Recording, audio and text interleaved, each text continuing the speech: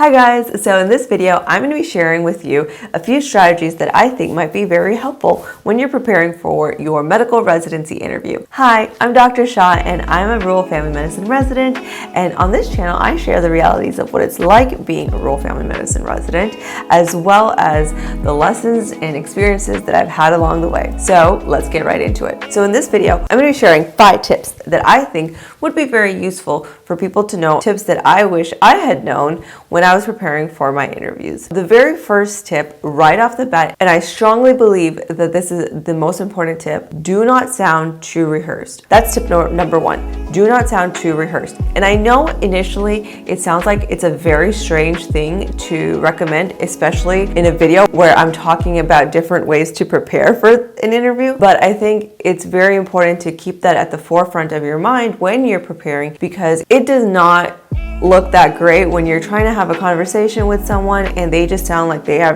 just reading off a script. Have you ever had a dream that you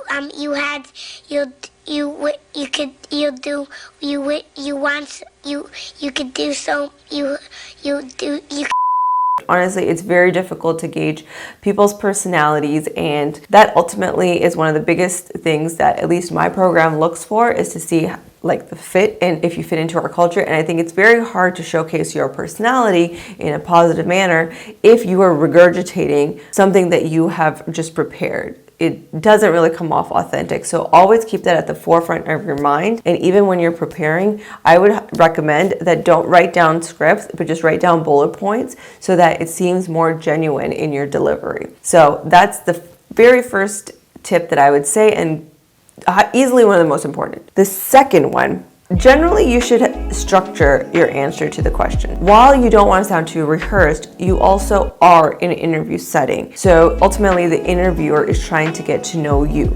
And the point is to keep answers succinct and pointed. So if someone were to ask you a question, let's say if you were to break down the anatomy of the perfect answer, you would give one sentence answering the question and then give an example of a situation where you exhibited the answer that you were saying. So for instance, if the question is, what is your greatest weakness? In one line, you would say, my greatest weakness is blank. And then, for example, and then just go off into a little short and to the point story, which illustrates what that was, how you learned from it, and what you're doing to work on it. So typically, if you're talking about something that is a weakness or let's say a red flag, you always want to make sure your structure of your answer is you answer the question, you talk about an example which illustrates the point that you're trying to make, and within that example, especially if it's a weakness or a red flag, you want to talk about what you learned. And quite frankly, the answer should focus on what you learned from that and how you have grown as a person and what makes you an effective candidate, because ultimately you are trying to sell yourself, okay? So even when you're discussing something that probably is a concerning or worrying or less than favorable aspect of your application, you always want to put your best foot forward, because people understand, or at least they should, that life happens, and sometimes people's lives just aren't a straight road, right? Sometimes people have detours, which is perfectly fine, as long as you can show that you have demonstrated growth and you have learned lessons that have allowed you to become someone that they feel would be an asset to their program. So that's the very first thing. Now, if you're trying to structure your question to highlight positives, I would do so in a similar way. You answer the question, you have an example which illustrates the answer that you're saying. However, when you are trying to illustrate a positive aspect or really showcase something that you have to offer, you always want to do it in a very humble sort of way. And I'll touch on that a little bit later. Let's say, what is your greatest strength? So you say, my greatest strength is blank. And then you have an example ready to go, which illustrates why that was your greatest strength and how that contributes to one of the main things, like whether it's teamwork, whether it's helping others. Ultimately, how does this strength help someone, and what example do you have to illustrate that? Because ultimately, I think what makes things very engaging is storytelling. People get bored easily, okay? So try to make this as engaging as possible. You're gonna come off way more interesting if you showcase your way and answer questions in a very succinct manner while maintaining illustrative and story-like way of presenting yourself without being disingenuous. Does that make sense? I know that's a lot of stuff, but that's generally a good thing to aim for. The third tip is look up the most commonly asked questions. And this is something that not everyone really does, but I personally really like to prepare. I'm one of those people that is like, if I'm not over prepared, then I'm under prepared. Like, I know that's a little crazy, but that's just what works for me and helps me feel a little more confident.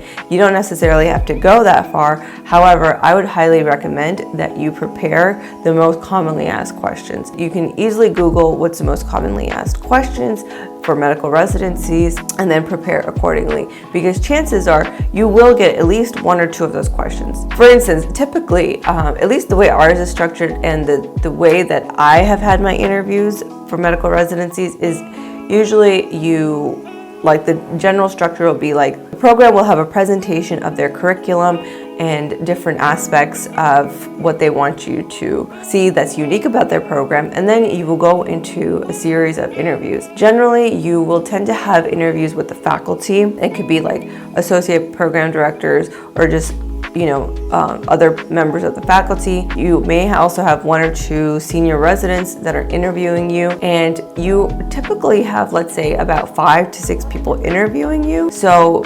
around 5. So you don't always know what those questions will be, but you can probably gauge that the probability of being asked one of the questions that you've prepared for is, pretty reasonably high. So I would say at least have that kind of prepared, especially important questions like why you picked the specialty or what makes you interested in that program. So those are things that you definitely want to prepare for. The fourth tip is that, it's not really a tip, but it's more so a book that I personally found really, really helpful. And I think a lot of people do know about it, but I think it's worth mentioning in case you don't. And it's this book. We are the champions, my friends. It seems that it's a little dated because it says successful match 2017. And yeah, there have been changes in the interview process, especially after the start of the pandemic. However, I do still think this is a very valuable resource, especially, and quite frankly, mostly if you're an IMG like myself and didn't have access to people that supported you necessarily in the same way that people from American schools may have gotten supported. So we're not going to make excuses. We're just going to make sure that we have the resources that we need. So the interview process has changed quite a bit, but what I would say to use this book for is pretty much on questions that you should ask residents, faculty, program director, and also most commonly asked questions, and also other tips on how to write your personal statement. So I think for me at least, those were the 3 most useful areas of this book, and I use them quite often. One caveat to that is that, especially when it comes to asking questions, you again want to make sure that you don't sound super rehearsed and have pertinent questions to that program, because it is so obvious if you're applying to a new program and then you ask them, what kind of things would you like to improve on? Well, this is a new program. You can't really ask what they want to improve on because they're still trying to create the program. So things like that, you just want to make sure that you've read the program's website and you have questions that are particularly pertinent to that program and are not available on the website. I guess that's kind of 4.5. Anyways, whatever. Last tip, have a personality. Okay. I know that's not really a tip, and that's just a general life suggestion, but I definitely think that you want to make sure that you showcase your personality.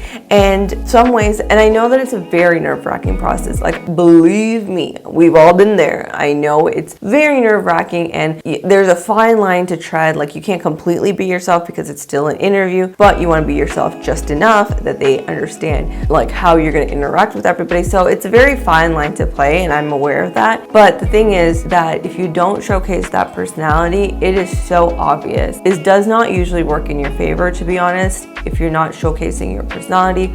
because people don't know what they're getting into and people can't tell, especially right now when we're doing Zoom interviews. It is so crucial that you showcase the type of person you are, the personality that you have, because that allows people to really get to know you. And that's a whole point of the interview, right? We want to make sure that you are the right fit for the program, and you want to make sure that the program is the right fit for you. And if people are not showing what their true personalities are, then it's really difficult to do that. So some key things to keep in mind when you're showcasing your personality, it's be humble, okay? I know that there's a lot of very highly successful people that have achieved a lot of, wonderful things, but this is not the time to start bragging about all the accolades that you have achieved. It just doesn't come off nice, especially if you're, applying to a program. You want to come off humble. And the way to do that is often to use things like, I was fortunate enough to be able to be a part of. I was really lucky to have this opportunity.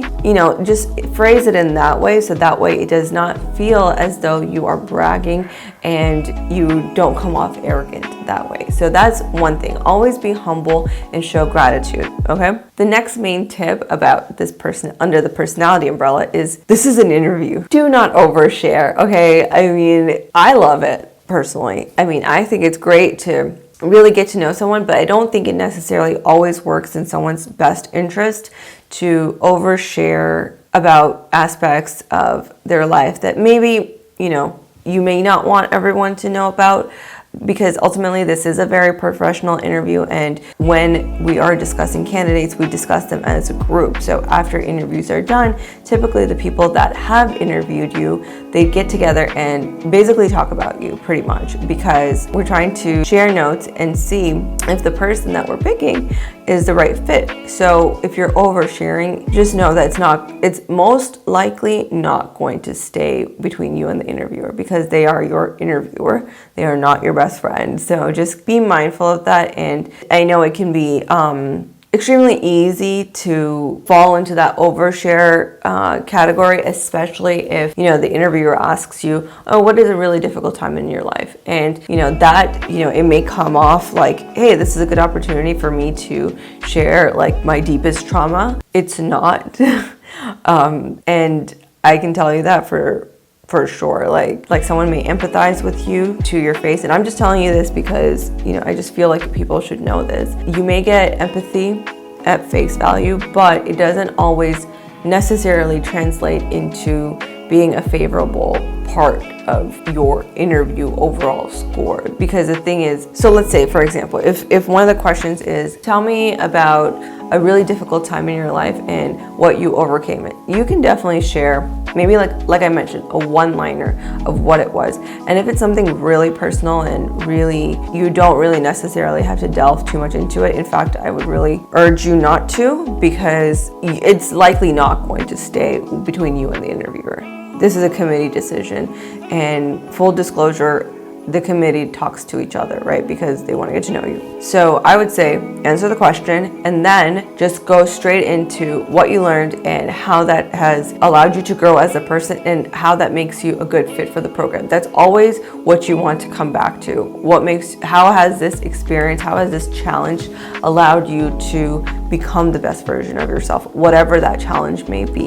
You don't want to just necessarily share, oh, this is just, a traumatic experience and yeah, it sucked. Like, I'm sure it did. It definitely did suck, for sure. There's no doubt about it. But this, again, always keep in mind that this is a professional setting. This is an interview. No matter how comfortable you feel with the interviewer, you always have to make sure that this is an interview. So you're always putting your best foot forward. And the last tip under the personality umbrella is super duper easy. Be enthusiastic, okay?